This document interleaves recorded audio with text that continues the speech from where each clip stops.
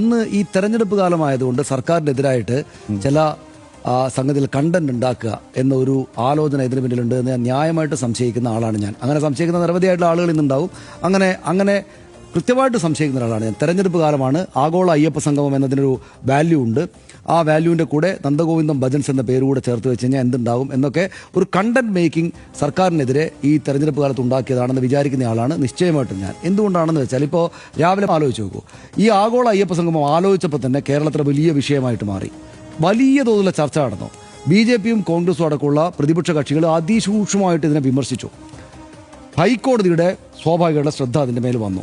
നിങ്ങൾ ചെലവഴിക്കുന്ന ഓരോ പൈസക്കും കണക്ക് വേണം എന്ന് ഹൈക്കോടതിയോട് അവർ അങ്ങോട്ട് ആവശ്യപ്പെട്ടു.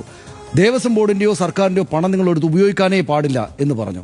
നിയമസഭാ തെരഞ്ഞെടുപ്പ് നടക്കാനിരിക്കുകയാണ്. ആഗോള അയ്യപ്പ സംഘവും ശബരിമലയുമായി ബന്ധപ്പെട്ട വിശ്വാസ സംഗതികൾ വലിയ സെൻസിറ്റീവായിട്ടുള്ള ഇഷ്യൂ ആണെന്ന് അറിയാവുന്ന സർക്കാരാണ്.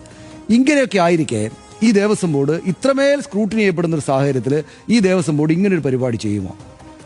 ഒരു ബജറ്റ് ഒരു ബില്ലെടുത്തിട്ട് നന്ദഗോവിന്ദം ഭജൻസ് 10 ലക്ഷം, ഹർഷൻ 25 ലക്ഷം, സനീഷ് 35 ലക്ഷം എന്ന് എഴുതി വെക്കുമോ? ഒരിക്കലും ചെയ്യില്ല. അത് കോമൺ സെൻസ് ആണല്ലോ. അപ്പൊ നടക്കാത്തൊരു പരിപാടി അവിടെ ഈ വെളിച്ചത്തിനകത്തല്ലേ നടക്കുന്നത്, മനുഷ്യരുടെ കണ്ണുകൾക്ക് മുമ്പിലേ നടക്കുന്നത്. അപ്പൊ അവിടെ നന്ദഗോവിന്ദം ഭജൻസിന്റെ പരിപാടി നടന്നിട്ടില്ല. മോഹൻലാൽ എന്ന ആൾ അവിടെ പരിപാടിക്ക് വന്നിട്ടില്ല. മോഹൻലാൽ 25 ലക്ഷം എന്ന് എഴുതി വെക്കുമോ ആരെങ്കിലും?